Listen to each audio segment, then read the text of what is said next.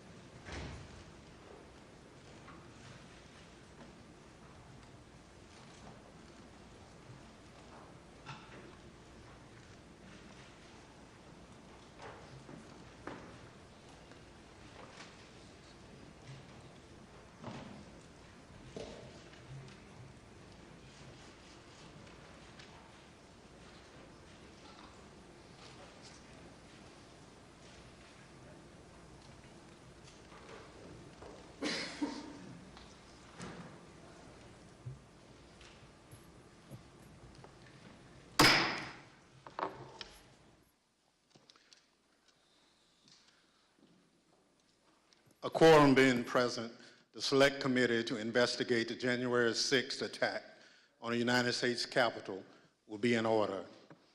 Without objection, the chair is authorized to declare the committee in recess at any point. Pursuant to House Deposition Authority Regulation 10, the chair announces the committee's approval to release the deposition material presented during today's meeting, and further, its approval to release deposition material that accompanies release of the Select Committee's final report. Good afternoon, and may God bless the United States of America. To cast a vote in the United States is an act of faith and hope. When we drop that ballot in the ballot box, we expect the people named on the ballot are going to uphold their end of the deal. The winner swears an oath and upholds it. Those who come up short ultimately accept the results and abide by the rule of law. That faith in our system is the foundation of American democracy. If the faith is broken, so is our democracy. Donald Trump broke that faith. He lost the 2020 election and knew it. But he chose to try to stay in office through a multi-part scheme to overturn the results and block the transfer of power. In the end, he summoned a mob to Washington, and knowingly they were armed and angry, pointed them to the Capitol and told them to fight like hell. There's no doubt about this. This afternoon, my colleagues will present our key findings, reminding you of some of the information we presented in earlier hearings and telling you how it fits in our broader conclusions. Those conclusions have helped shape the committee's final report, which we'll adopt today pursuant to House Resolution 503, which establishes the Select Committee nearly a year and a half ago. I expect our final work will be filed with the Clerk of the House and made public later this week. Beyond that release, the Select Committee intends to make public the bulk of its non-sensitive records before the end of the year. These transcripts and documents will allow the American people to see for themselves the body of evidence we've gathered and continue to explore the information that has led us to our conclusions. This committee is nearing the end of its work, but as the country, we remain in strange and uncharted waters. We've never had a president of the United States stir up a violent attempt to block the transfer of power. I believe nearly 2 years later, this is still a time of reflection and reckoning. If we are to survive as a nation of laws and democracy, this can never happen again. How do we stop it? This committee will lay out a number of recommendations in its final report, but beyond any specific details and recommendations we present, there's one factor I believe is most important in preventing another January 6th, accountability. So today, beyond our findings, we will also show that evidence we've gathered points to further action beyond the power of this committee or the Congress to help ensure accountability under law. Accountability that can only be found in the criminal justice system. We have every confidence that the work of this committee will help provide a roadmap to justice, and that the agencies and institutions responsible for ensuring justice under the law will use the information we've provided to aid in their work. And for those of you who have followed this committee's work, I hope we've helped make clear that there's a broader kind of accountability. Accountability to all of you, the American people. The future of our democracy rests in your hands. It's up to the people of this country to decide who deserves the public trust, who will put fidelity to the Constitution and democracy above all else, who will abide by the rule of law, no matter the outcome. I'm grateful to the millions of you who followed this committee's work. I hope we lived up to our commitment to present the facts and let the facts speak for themselves. Let me say in closing, the women and men seated around me on this dais are public servants in the most genuine sense. They put aside politics and partisanship to ensure the success of this committee in providing answers to the American people. I especially want to thank and acknowledge our Vice Chair, who has become a true partner in this bipartisan effort, Ms. Cheney of Wyoming. And I also recognize her for any opening statement that she cared to offer. Thank you very much, Mr. Chairman, and thank you for your tremendous leadership of this committee. I know we all have benefited greatly from your wisdom and your wise counsel, so thank you very much. In April of 1861, when Abraham Lincoln issued the first call for volunteers for the Union Army, my great-great-grandfather, Samuel Fletcher Cheney, joined the 21st Ohio Volunteer Infantry. He fought through all 4 years of the Civil War, from Chickamauga to Stones River to Atlanta. He marched with his unit in the Grand Review of Troops up Pennsylvania Avenue in May of 1865, past a reviewing stand where President Johnson and General Grant were seated. Silas Canfield, the regimental historian of the 21st Ohio Volunteer Infantry, described the men in the unit this way. He said they had a just appreciation of the value and advantage of free government and the necessity of defending and maintaining it. And they enlisted, prepared to accept all the necessary labors, fatigues, exposures, dangers, and even death for the unity of our nation and the perpetuity of our institutions. I have found myself thinking often, especially since January 6th, of my great-great-grandfather and all those in every generation who have sacrificed so much for the unity of our nation and the perpetuity of our institutions. At the heart of our republic is the guarantee of the peaceful transfer of power. Members of Congress are reminded of this every day as we pass through the Capitol Rotunda. There, 8 magnificent paintings detail the earliest days of our republic. One, painted by John Trumbull, depicts the moment in 1793 when George Washington resigned his commission, handing control of the Continental Army back to Congress. Trumbull called this, quote, one of the highest moral lessons ever given the world. With this noble act, George Washington established the indispensable example of the peaceful transfer of power in our nation. Standing on the west front of the Capitol in 1981, President Ronald Reagan described it this way: the orderly transfer of authority as called for in the Constitution routinely takes place, as it has for almost 2 centuries, and few of us stop to think how unique we really are. In the eyes of many in the world, this every 4-year ceremony that we accept as normal is nothing less than a miracle. Every president in our history has defended this orderly transfer of authority, except one. January 6th, 2021 was the first time one American president refused his constitutional duty to transfer power peacefully to the next. In our work over the last 18 months, the Select Committee has recognized our obligation to do everything we can to ensure this never happens again. At the beginning of our investigation, we understood that tens of millions of Americans had been persuaded by President Trump that the 2020 election was stolen by overwhelming fraud.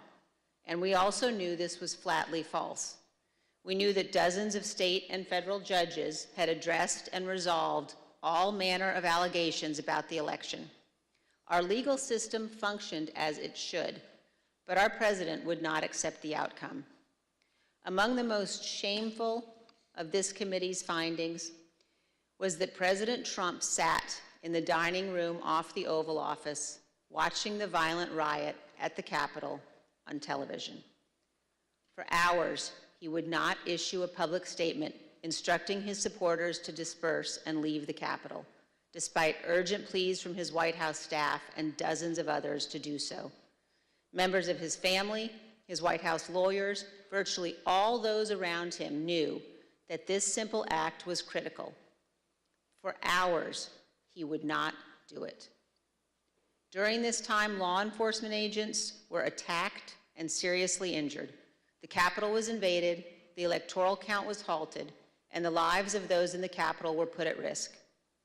In addition to being unlawful, as described in our report, this was an utter moral failure and a clear dereliction of duty. Evidence of this can be seen in the testimony of President Trump's own White House counsel and several other White House witnesses. No man who would behave that way at that moment in time can ever serve in any position of authority in our nation again. He is unfit for any office. The committee recognizes that our work has only begun. It's only the initial step in addressing President Trump's effort to remain in office illegally. Prosecutors are considering the implications of the conduct that we describe in our report, as are citizens all across our nation. In 1761, John Adams wrote, "The very ground of our liberties is the freedom of elections." Faith in our elections and the rule of law is paramount to our republic. Election deniers, those who refuse to accept lawful election results, purposely attack the rule of law and the foundation of our country.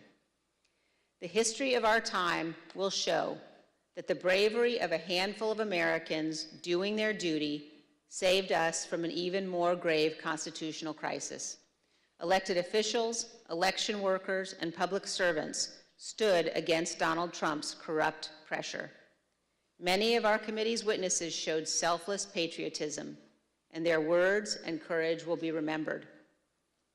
The brave men and women of the Capitol Police, the Metropolitan Police, and all the other law enforcement officers who fought to defend us that day saved lives and our democracy.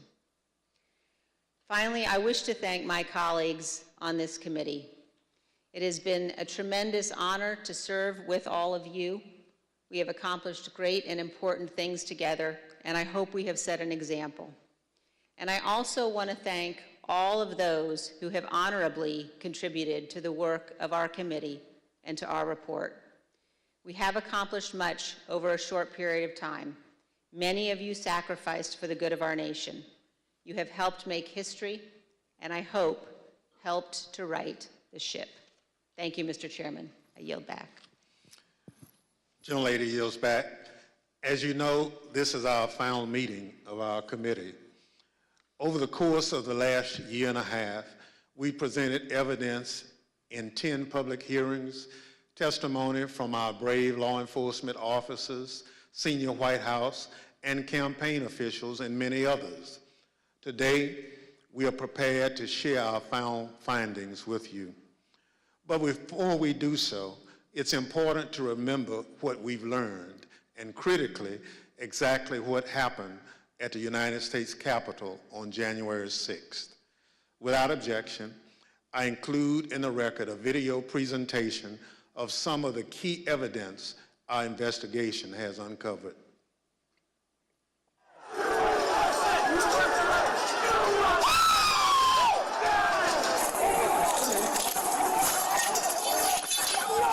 There were officers on the ground. They were bleeding. They were throwing up.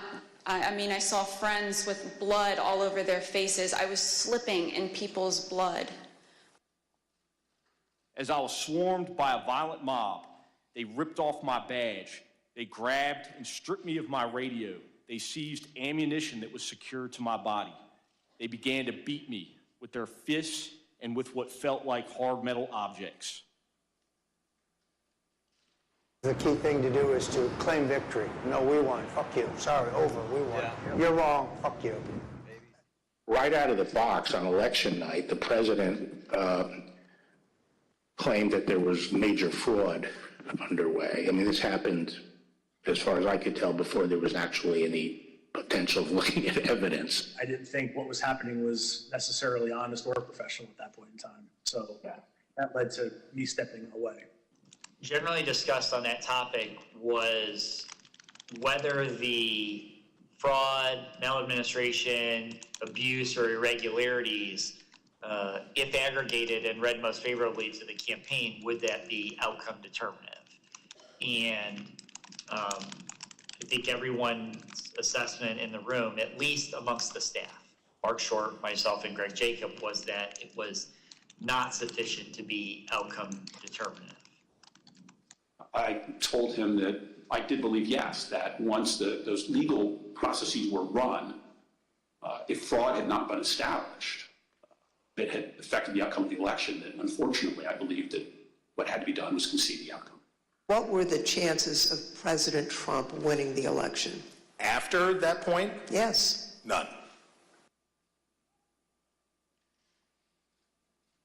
So what are we going to do here, folks? I only need 11,000 votes. Fellas, I need 11,000 votes. Give me a break. The numbers are the numbers. The numbers don't lie. We had many allegations, and we investigated every single one of them. Did one of them make a comment that they didn't have evidence, but they had a lot of theories? That was Mr. Giuliani. And what exactly did he say, and how that come up? My recollection, he said, we've got lots of theories, we just don't have the evidence. You're asking me to do something that's never been done in history, the history of the United States,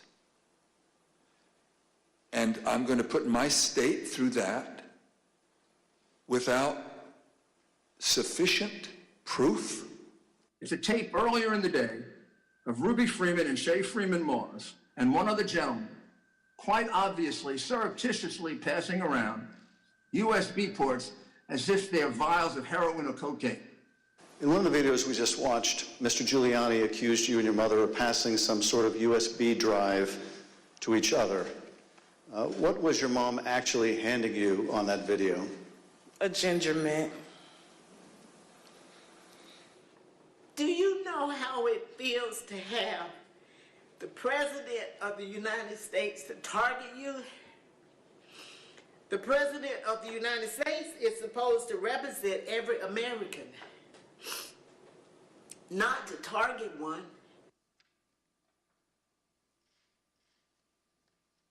I made it clear I did not agree with the idea of saying the election was stolen and putting out this stuff, which I told the president was bullshit. He wanted to talk about that he thought the election had been stolen or was corrupt, and that there was widespread fraud.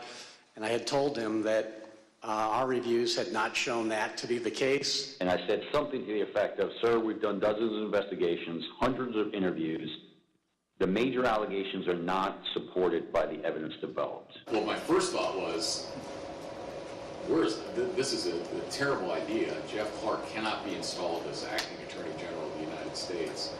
You ultimately told us that you described this meeting as not this meeting, the Georgia letter that was proposed as an effing murder-suicide pact. Do you remember using the term murder-suicide pact? Yes.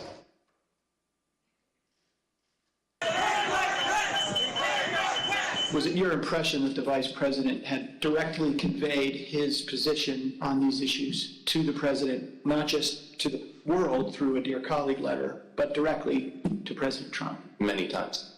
My view is that the Vice President didn't have the legal authority to do anything except what he did.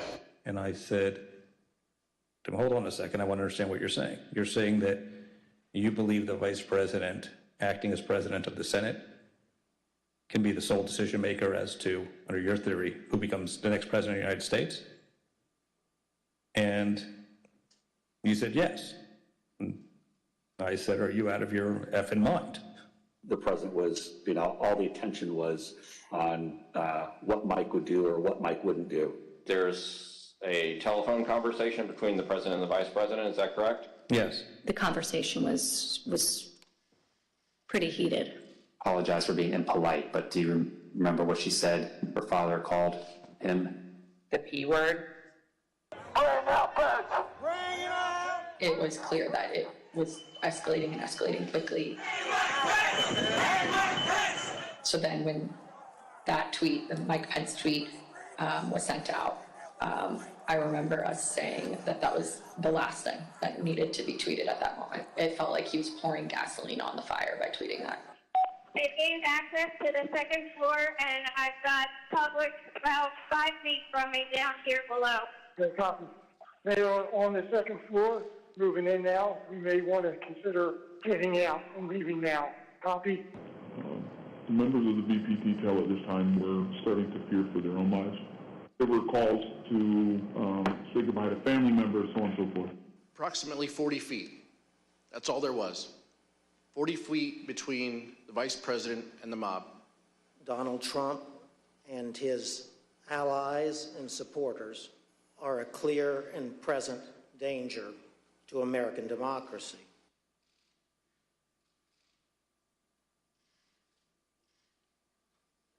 We got derogatory information from OSINT suggesting that some very, very violent individuals were organizing to come to D.C. As Mr. Giuliani and I were walking to his vehicles that evening, he looked at me and said something to the effect of, "Cass, are you excited for the 6th? It's going to be a great day." I remember looking at him saying, "Rudy, could you explain what's happening on the 6th?" He had responded something to the effect of, "We're going to the Capitol. It's going to be great. The president's going to be there. He's going to look powerful." He personally asked for us to come to D.C. that day. And I thought, for everything he's done for us, if this is the only thing he's going to ask of me, I'll do it. Well, basically, the president, got everybody riled up, told everybody to head on down. So we basically were just following what he said.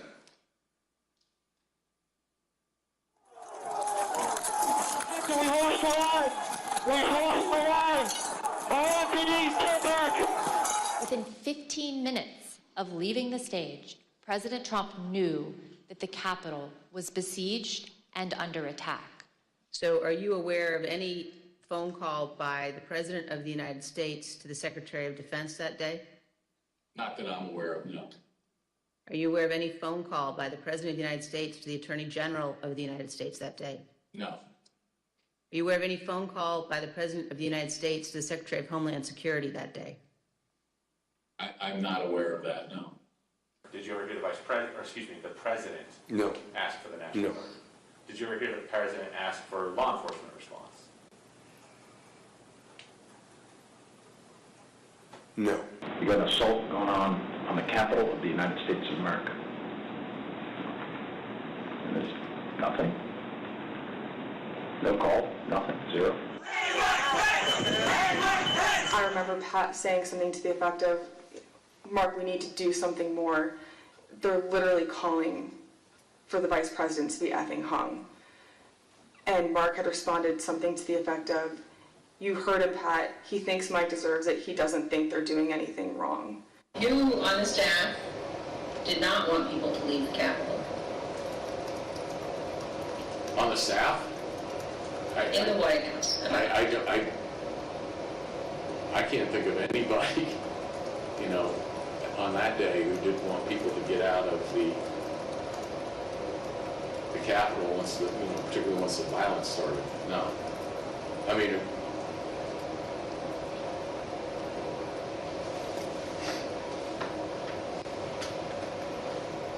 What about the president? Yeah. well, she said the staff. So I answered. No, I said in the White House.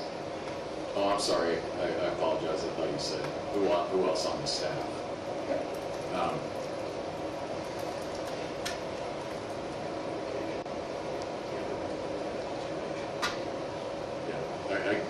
I can't reveal communications, but obviously I think,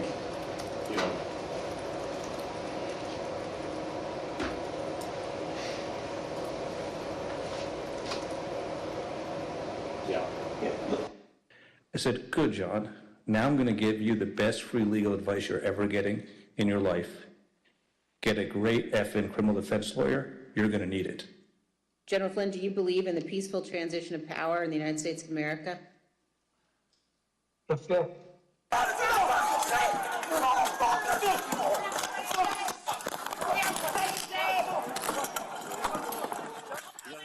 officer unconscious. The turret. What turret?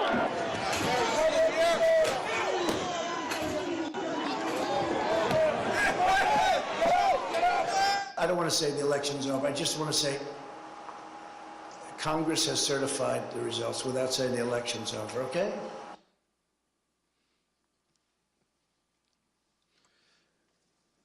The chair now recognizes the gentlewoman from California, Ms. Lofgren, for an opening statement. Thank you, Mr. Chairman. Over the last 18 months, the Select Committee has conducted a congressional investigation of enormous scale, seeking to uncover the depth and breadth of ex-President Trump's multi-part plan to reverse the lawful outcome of the 2020 presidential election. We've compiled an immense volume of documents collected from countless individuals, law enforcement agencies, and federal and state authorities. Many of our efforts to get the evidence required litigation in federal court, including the U.S. Supreme Court.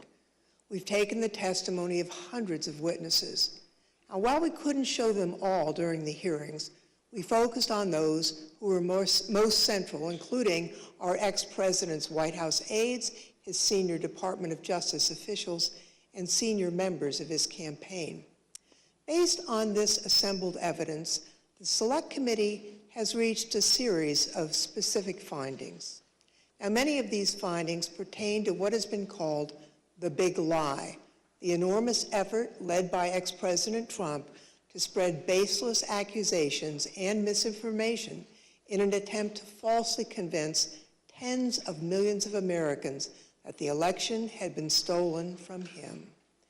Beginning even before the election and continuing through January 6th and thereafter, Donald Trump purposely disseminated false allegations of fraud in order to aid his effort to overturn the 2020 election. Ex-President Trump's decision to declare victory falsely on election night wasn't a spontaneous decision. It was premeditated. The committee has evidence that ex-President Trump planned to declare victory and unlawfully to call for the vote counting to stop, and that he told numerous allies about his intent in the weeks before the election. The committee found that Mr. Trump raised hundreds of millions of dollars with false representations made to his online donors. The proceeds from his fundraising, we have learned, have been used in ways that we believe are concerning. In particular, the committee has learned that some of those funds were used to hire lawyers. We've also obtained evidence of efforts to provide or offer employment to witnesses. For example, one lawyer told a witness the witness could, in certain circumstances, tell the committee that she didn't recall facts when she actually did recall them. That lawyer also did not disclose who was paying for the lawyer's representation, despite questions from the client seeking that information. He told her, quote, "We're not telling people where funding is coming from right now." We've learned that a client was offered potential employment that would make her, quote, "financially very comfortable," as the date of her testimony approached, by entities that were apparently linked to Donald Trump and his associates. These offers were withdrawn or didn't materialize as reports of the content of her testimony circulated. The witness believed this was an effort to affect her testimony, and we are concerned that these efforts may have been a strategy to prevent the committee from finding the truth. Throughout the post-election period, ex-President Trump was told repeatedly by his campaign advisors, government officials, and others there was no evidence to support his claims of election fraud. Even since our last hearing, the Select Committee has obtained testimony from new witnesses who've come forward to tell us about their conversations with ex-President Trump on this topic. Here is one of his senior advisors, Hope Hicks. Seeing evidence of fraud on a scale that would have impacted the outcome of the election, and I was becoming increasingly concerned that we were damaging we were damaging his legacy. What did the president say in response to what you just described? He said something along the lines of, nobody will care about my legacy if I lose. So that won't matter. The only thing that matters is winning. Despite all that, he continued to purposely and maliciously make false claims, sometimes within a day of being told that a particular claim was false and unsupported by the evidence. By the time the Electoral College met to cast its votes on December 14th, 2020, a number of President Trump's senior staff, cabinet officials, and members of his family were urging him to facilitate a peaceful transition to the incoming administration. He disregarded their advice, and he continued to claim publicly that the election had been stolen from him. Numerous state and federal courts evaluated and rejected the Trump campaign's claims of voter fraud, including 11 judges appointed by ex-President Trump himself. Many of these courts issued scathing opinions, criticizing the lack of evidence that ex-President Trump and his allies had advanced to support their claims. Numerous individuals associated with these efforts have since acknowledged that they were unable to find sufficient evidence of fraud to affect the election results, including in testimony to this select committee.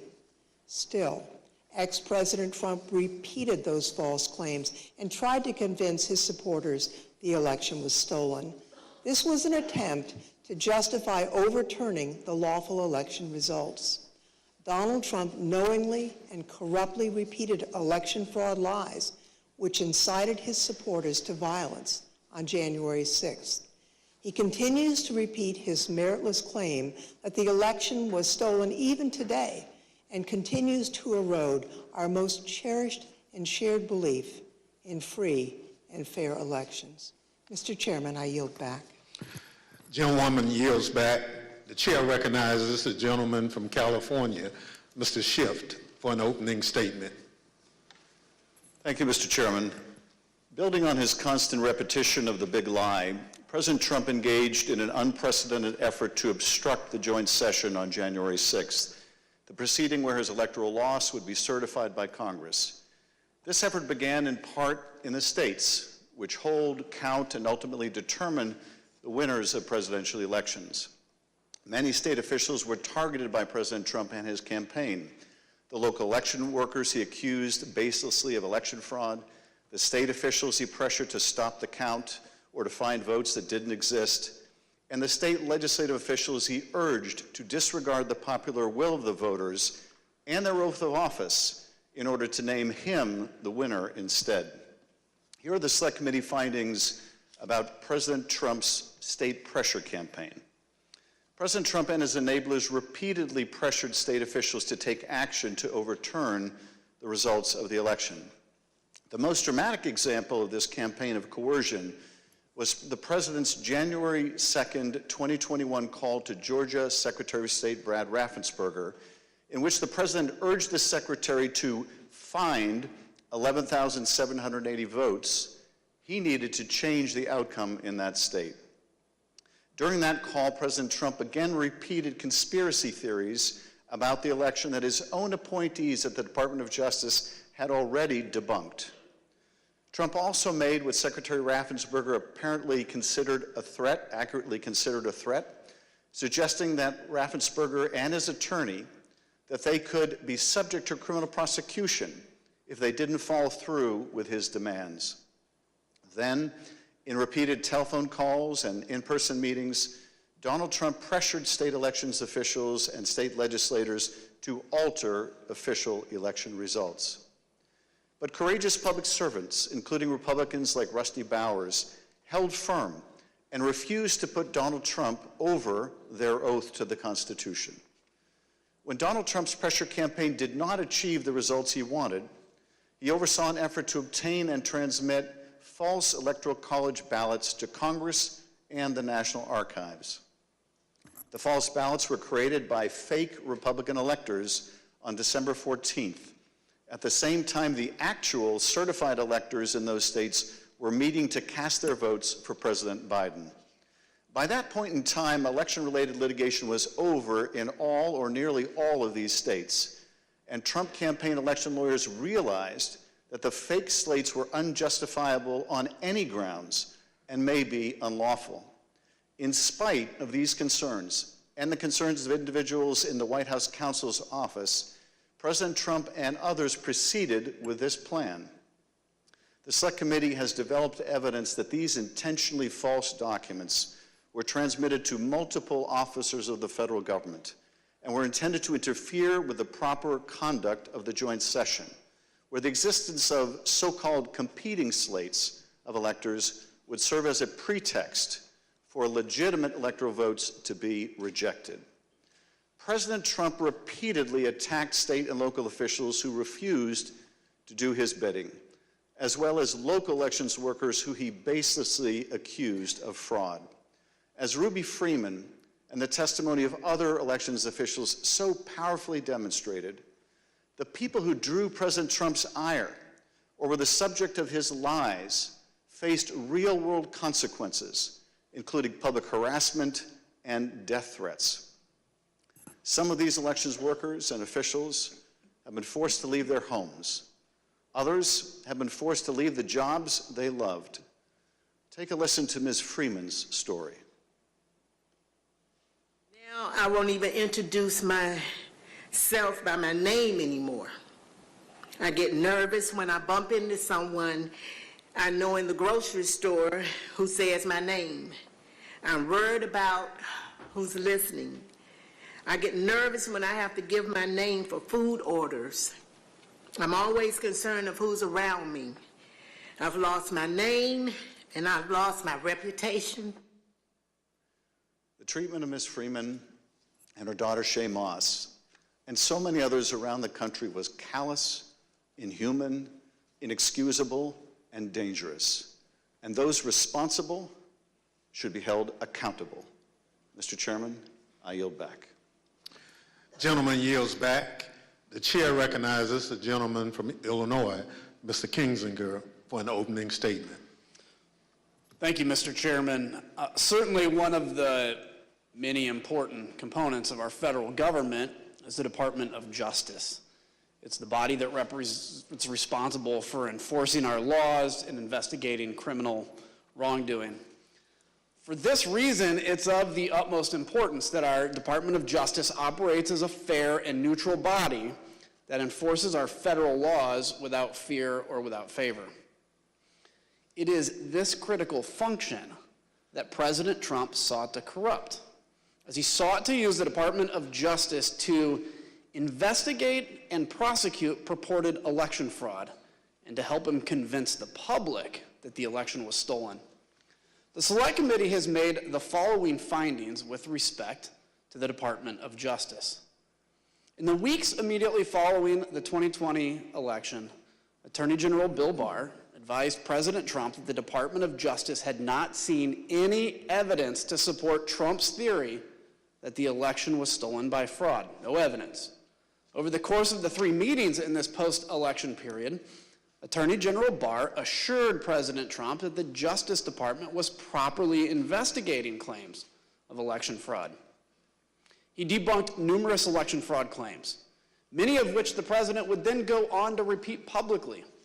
And he made clear that President Trump was doing, quote, a great disservice to the country by pursuing them. After Attorney General Barr's resignation, President Trump requested that the acting leadership of the department, Jeffrey Rosen and Richard Donahue, quote, just say the election was corrupt and leave the rest to me and the Republican congressmen.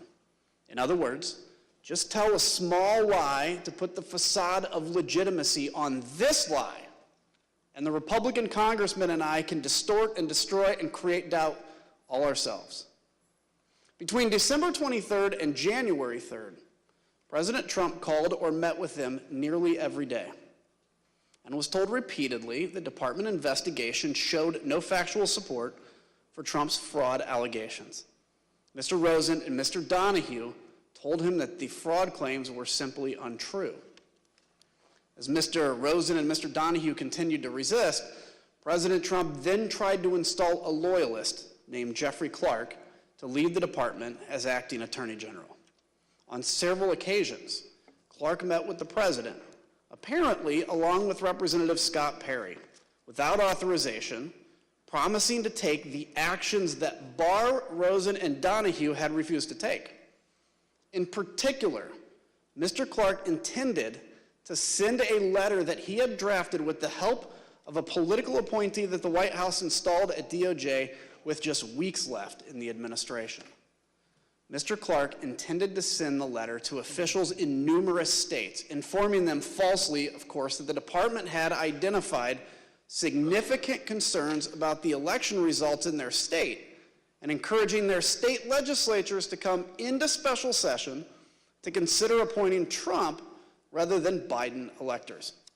Here's Acting Deputy Attorney General Donahue describing his reaction to Mr. Clark's proposed letter. Some drafting letters without the knowledge of what the department had actually done in terms of investigations, that he was being reckless. And I recall toward the end saying, what you're proposing is nothing less than the United States Justice Department meddling in the outcome of a presidential election. Knowing that existing department leadership would not support his false election claims, President Trump offered Mr. Clark the job of acting Attorney General. In a dramatic January 3rd meeting in the Oval Office, Rosen, Donahue, White House counsel Pat Cipollone, and White House lawyer Eric Hirschman strongly objected to the appointment of Jeffrey Clark as acting Attorney General. Mr. Clark pleaded his case and offered to send the letter that he had drafted. The White House counsel called the Clark letter, quote, a murder-suicide pact. Numerous White House and Department of Justice lawyers all threatened to resign if Mr. Clark was appointed. Donald Trump would be leading a graveyard. It was only after the threat of mass resignations that President Trump rescinded his offer to Mr. Clark. Mr. Chairman, I yield back. Gentleman yields back. The chair recognizes the gentleman from California, Mr. Aguilar, for an opening statement. Thank you, Mr. Chairman.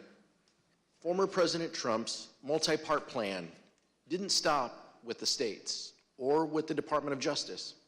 It touched nearly every component of our federal system, ranging from the courts to Congress to his own Vice President, Mike Pence. In the weeks before January 6th, Mr. Trump turned to the man who had served him loyally for 4 years. He embraced an illegal scheme proposed by John Eastman and others who concocted an unfounded legal theory that the vice president could reject Joe Biden's electoral votes during the joint session. When Vice President Pence and many others, including Trump's own lawyer, John Eastman, told him correctly that former President Trump spearheaded an unprecedented campaign to coerce him to do it anyway, ultimately culminating in a dangerous threat to Mr. Pence's life on January 6th. These are the Select Committee's findings with respect to the pressure campaign against the Vice President. John Eastman admitted in advance of the 2020 election that Mike Pence could not lawfully refuse to count official electoral votes.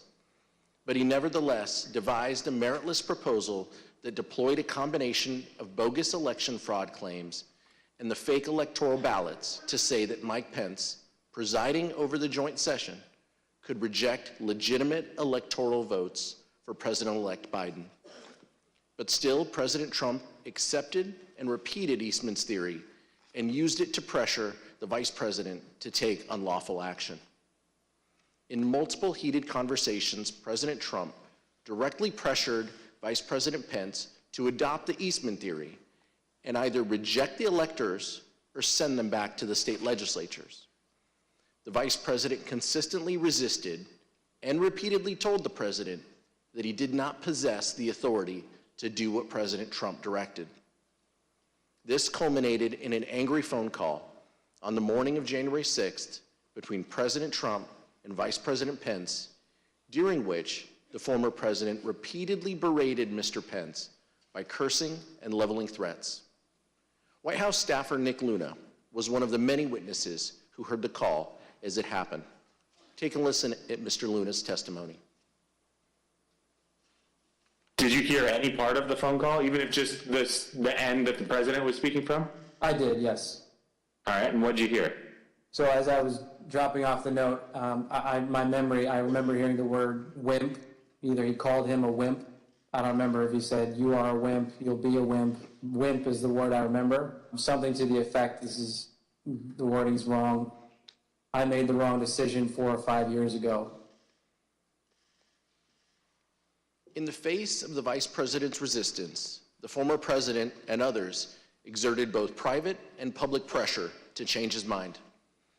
In his speech on the Ellipse on the afternoon of January 6th, former President Trump told the crowd that Vice President Pence needed the courage to do what he has to do. Once the riot began, President Trump deliberately chose to issue a tweet attacking Mr. Pence, knowing that the crowd had already grown violent.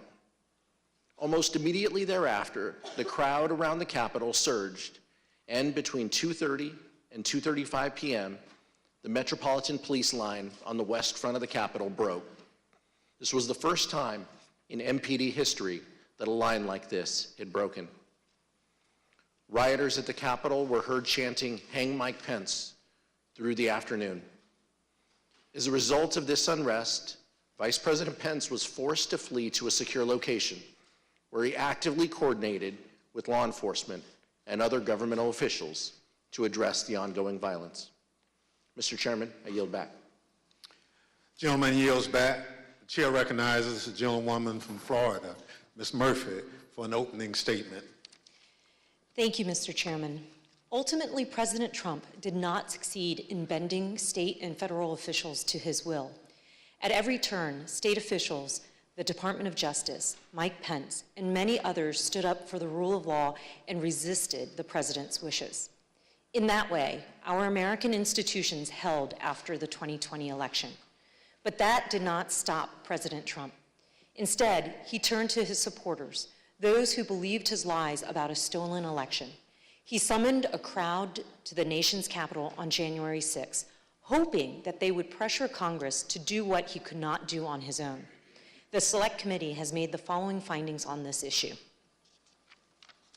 2 years ago today, in the early morning hours of December 19th, Donald Trump sent a tweet urging his supporters to travel to Washington for a protest on January 6th. "Be there, we'll be wild," he tweeted. Between December 19th and January 6th, the president repeatedly encouraged his supporters to come to Washington.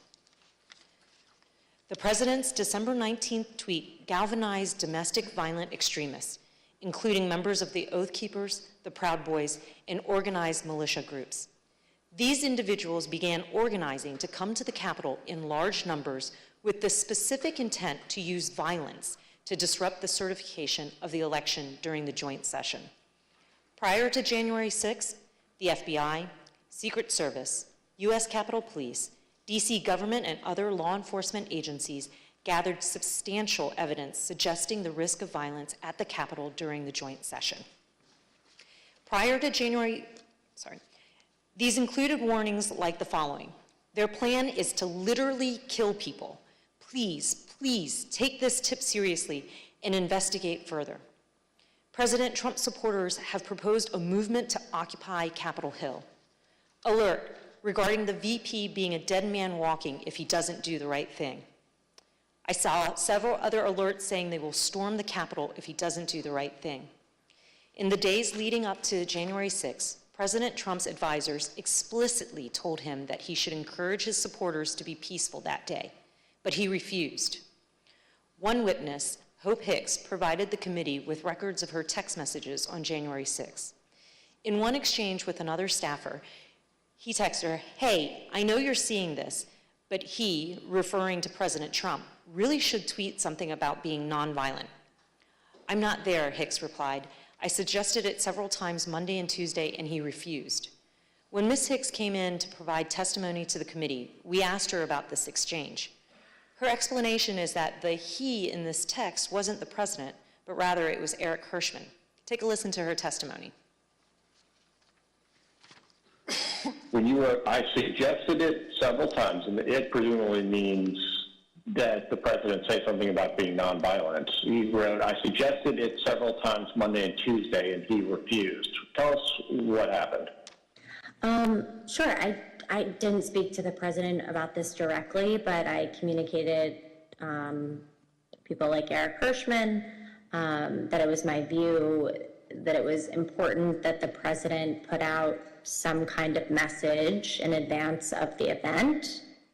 And what was Mr. Hirschman's response?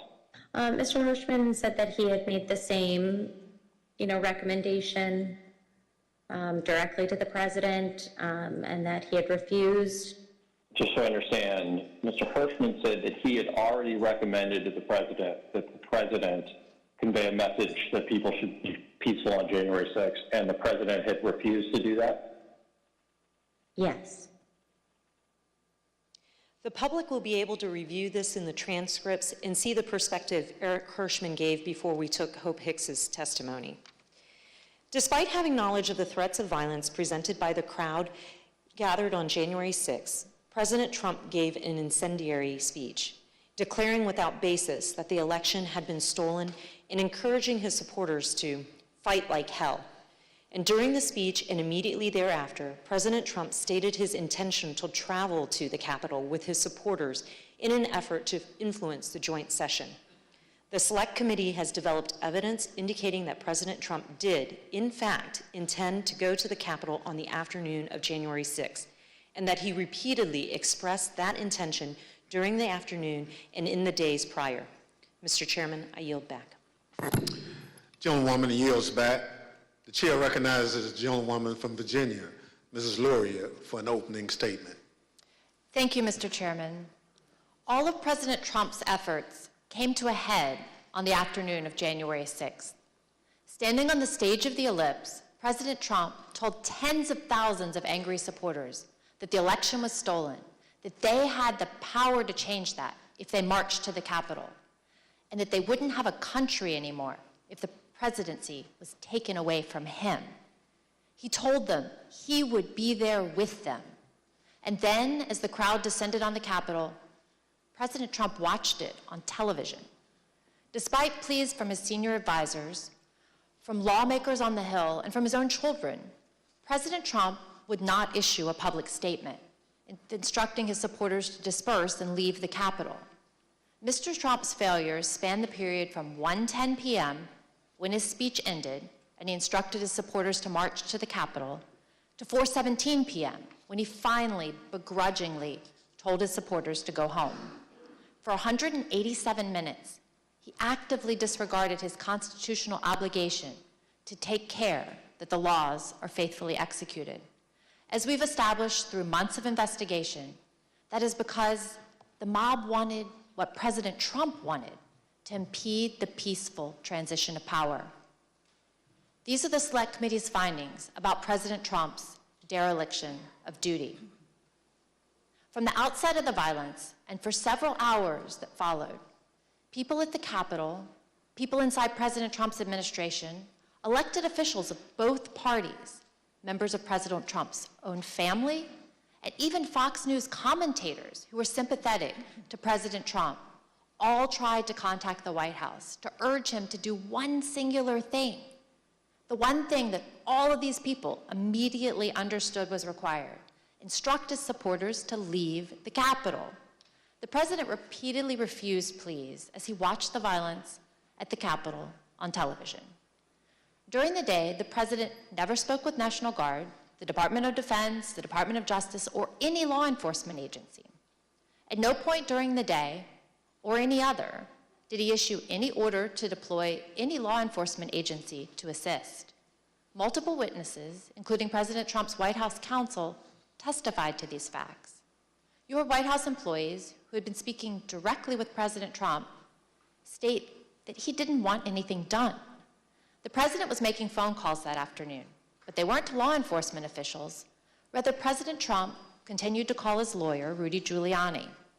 Both President Trump and Mr. Giuliani spoke with congressional leaders, even after the violence had begun, to encourage them to continue delaying the session.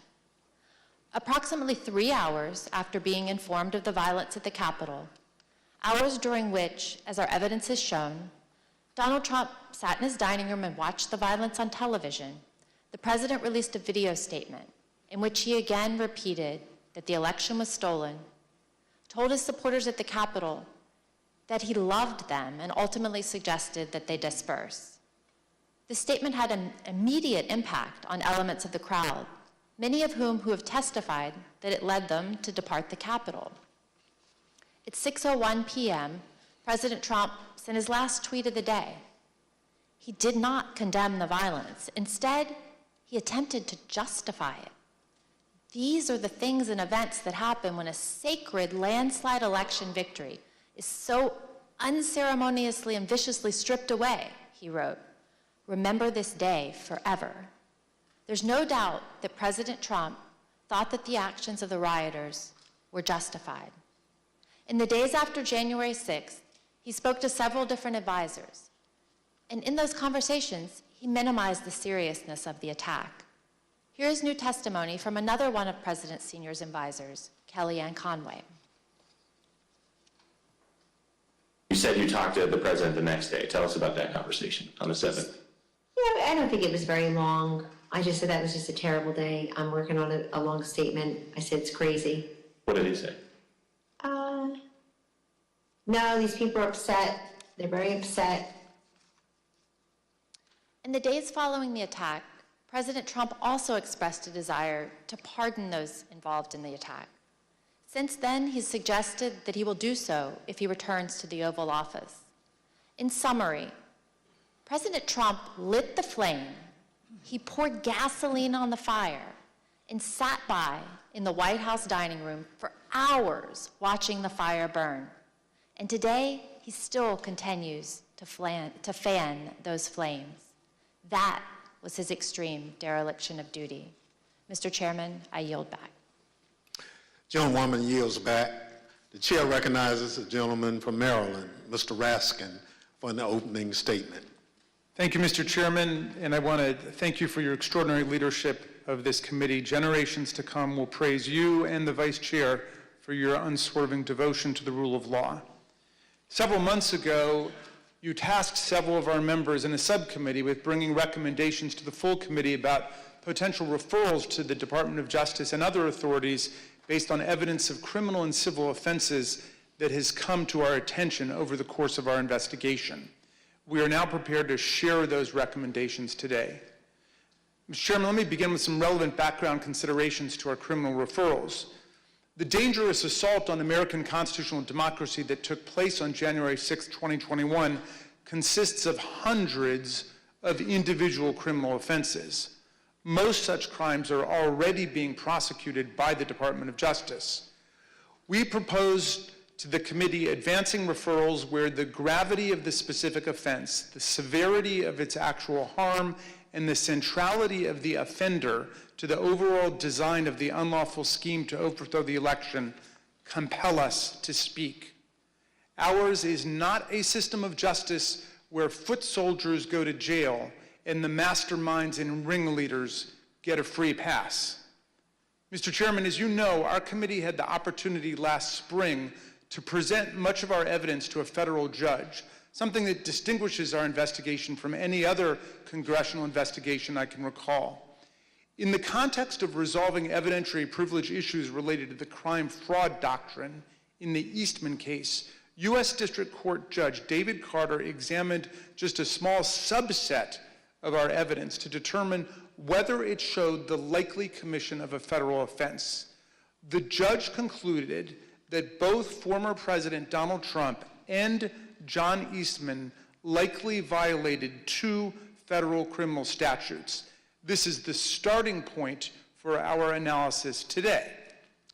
The first criminal statute we invoke for referral, therefore, is Title 18, Section 1512C, which makes it unlawful for anyone to corruptly obstruct, influence, or impede any official proceeding of the United States government. We believe that the evidence described by my colleagues today and assembled throughout our hearings warrants a criminal referral of former President Donald J. Trump, John Eastman and others for violations of this statute. The whole purpose and obvious effect of Trump's scheme were to obstruct, influence, and impede this official proceeding, the central moment for the lawful transfer of power in the United States.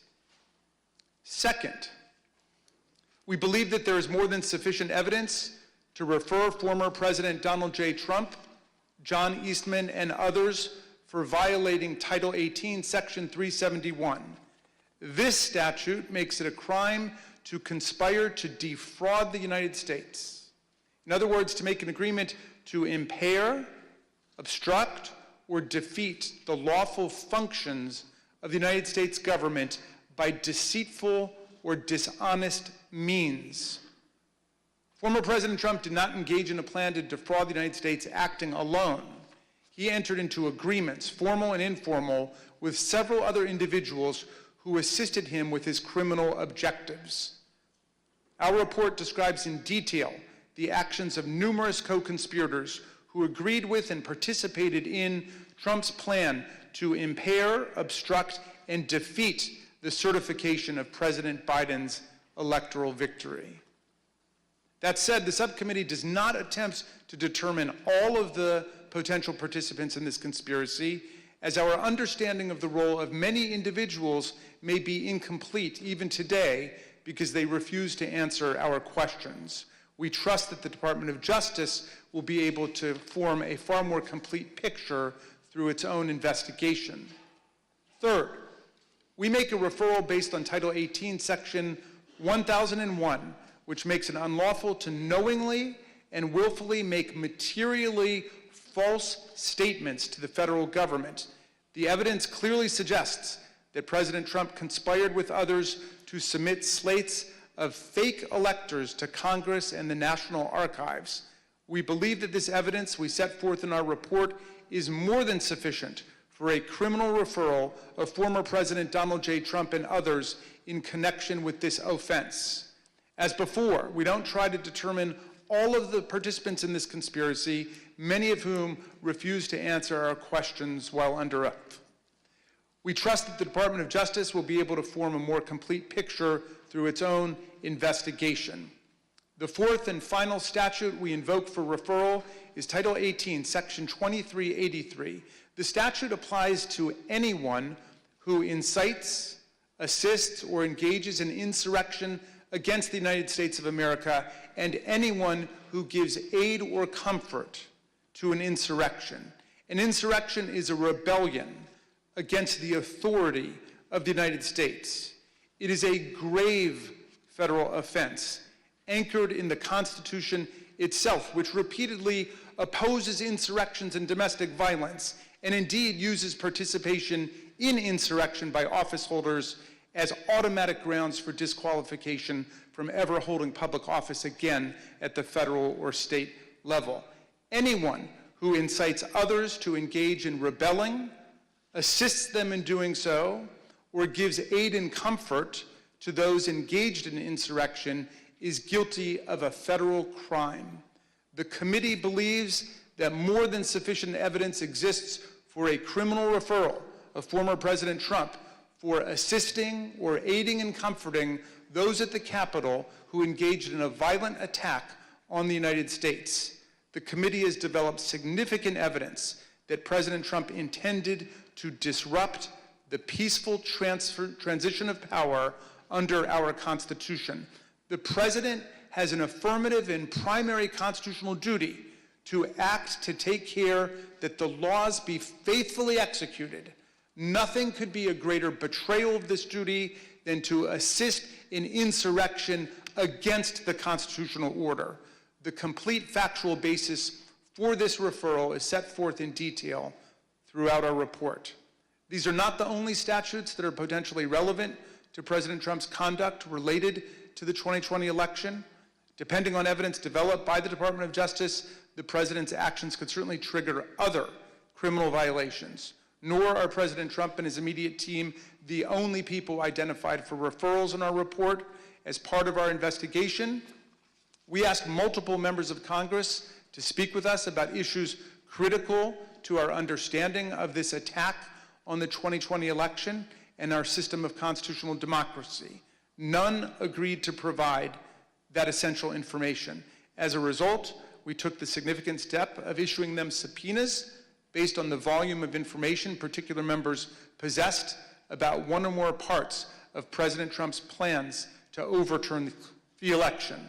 None of the subpoenaed members complied, and we are now referring 4 members of Congress for appropriate sanction by the House Ethics Committee for failure to comply with lawful subpoenas.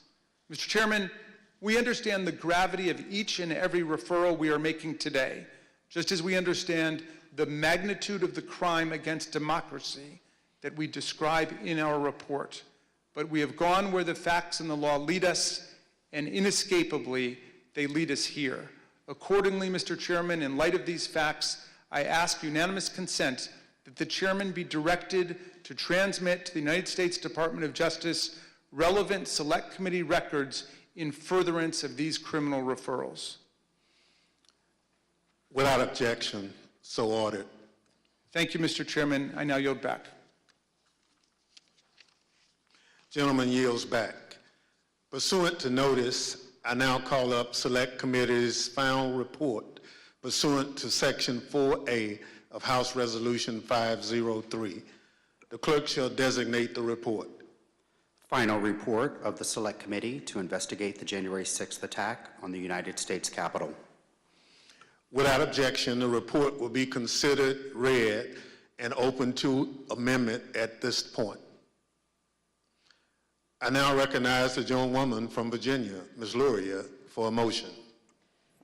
Mr. Chairman, I move that the committee favorably report to the House the Select Committee's final report, which includes the committee's legislative recommendations and criminal referrals of Donald J. Trump and others, pursuant to Section 4A of House Resolution 503. The question is on the motion to favorably report to the House. Those in favor say aye. Aye. Those opposed, no. In the opinion of the chair, the ayes have it. Mr. Chairman, I request a recorded vote. A recorded vote is requested. The clerk will call the roll. Ms. Cheney? Aye. Ms. Cheney, aye.